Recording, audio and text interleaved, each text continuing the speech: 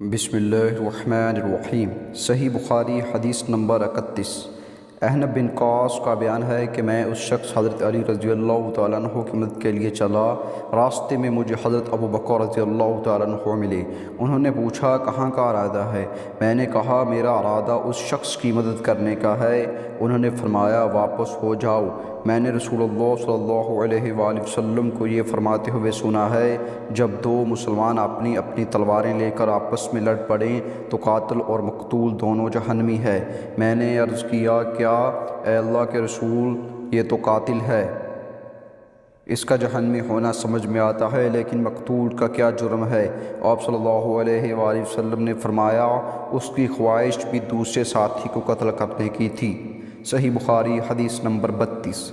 حضرت عبداللہ بن مسعود رضی اللہ تعالیٰ عنہ فرماتے ہیں، جب یہ آیت اتری، جو لوگ ایمان لائے اور انہوں نے اپنے ایمان کو ظلم کے ساتھ آلودہ نہیں کیا، وہی لوگ ہیں جن کے لیے امن ہے اور وہی ہدایت یافتہ ہے۔ تو نبی صلی اللہ علیہ وآلہ وسلم کے صحابہ کرام رضی اللہ تعالیٰ عنہم نے کہا، اے اللہ کے رسول صلی اللہ علیہ وآلہ وسلم، ہم میں سے کون ایسا ہے جس نے ظلم نہیں کیا؟ تب اللہ تعالیٰ نے یہ آیات اتاری، یقیناً شرک ظلم عظیم ہے۔ صحیح بخاری حدیث نمبر 33۔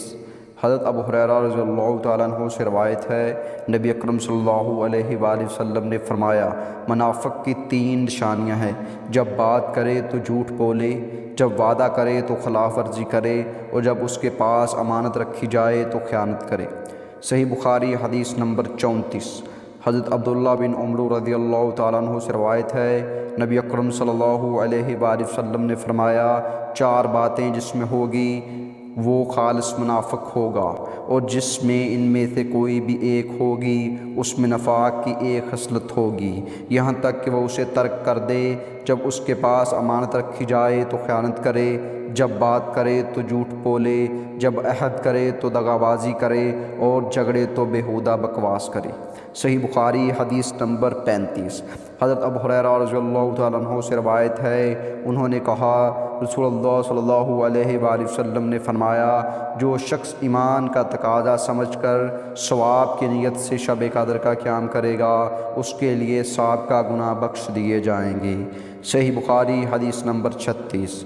حضرت ابو ہریرہ رضی اللہ تعالیٰ عنہ سے روایت ہے، وہ نبی صلی اللہ علیہ وآلہ وسلم سے بیان کرتے ہیں، آپ صلی اللہ علیہ وآلہ وسلم نے فرمایا، اللہ تعالیٰ اس شخص کے لیے ذمہ داری لیتا ہے جو اس کی راہ میں جہاد کے لیے نکلے، اسے گھر سے صرف اس بات نے نکالا کہ وہ مجھ اللہ پر ایمان رکھتا ہے اور میرے رسولوں کی تصدیق کرتا ہے، تو میں اسے اس ثواب یا مال غنیمت کے ساتھ واپس کروں گا جو اس نے جہاد میں پایا، یا اسے شہید بنا کر جنت میں داخل کروں گا۔ اور رسول اللہ صلی اللہ علیہ وآلہ وسلم نے فرمایا، اگر میں اپنی امت کے لیے اسے دشوار نہ سمجھتا تو کبھی چھوٹے سے چھوٹے لشکر سے بھی پیچھے نہ بیٹھ رہتا، اور میری یہ آرزو ہے کہ اللہ کی راہ میں مارا جاؤں، پھر زندہ کیا جاؤں، پھر مارا جاؤں، پھر زندہ کیا جاؤں، پھر مارا جاؤں۔ صحیح بخاری حدیث نمبر 37۔ حضرت ابو ہریرہ رضی اللہ تعالیٰ عنہ سے روایت ہے، رسول اللہ صلی اللہ علیہ وآلہ وسلم نے فرمایا، جو شخص رمضان میں ایماندار ہو کر حصول ثواب کے لیے رات کے وقت قیام کرے گا تو اس کے لیے سابقہ گناہ معاف کر دیے جائیں گے۔ صحیح بخاری حدیث نمبر 38۔ حضرت ابو ہریرہ رضی اللہ تعالیٰ عنہ سے روایت ہے، انہوں نے کہا رسول اللہ صلی اللہ علیہ وآلہ وسلم نے فرمایا، جس شخص نے اپنے ایمان کے پیش نظر حصول ثواب کے لیے ماہ رمضان کے روزے رکھے، اس کے تمام گزشتہ گناہ بخش دیے جائیں گے۔ صحیح بخاری حدیث نمبر 39۔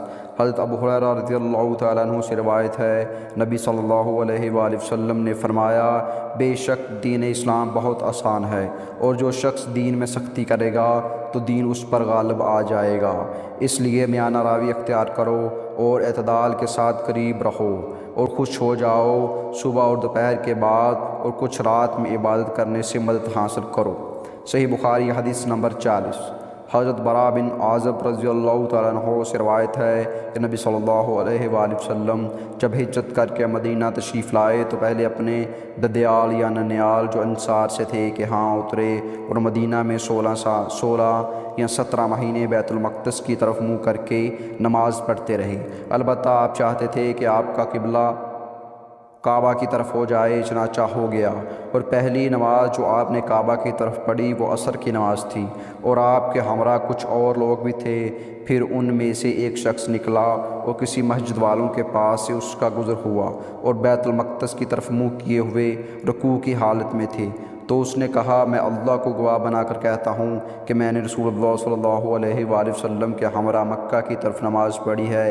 یہ سنتے ہی وہ لوگ جس حالت میں تھے اسی حالت میں بیت اللہ کی طرف پھر گئے، اور جب آپ بیت المقدس کی طرف منہ کر کے نماز پڑھتے تھے تو یہودی اور دوسرے اہل کتاب انصاری بہت خوش ہوتے تھے، لیکن جب آپ نے اپنا منہ بیت اللہ کی طرف پھیر لیا تو یہ انہیں بہت ناگوار گزرا۔ اللہ تعالیٰ سے دعا ہے کہ اللہ پاک ہمیں 5 وقت کی نماز اور نیک اعمال کرنے کی توفیق عطا فرمائے۔ جزاک اللہ خیرا۔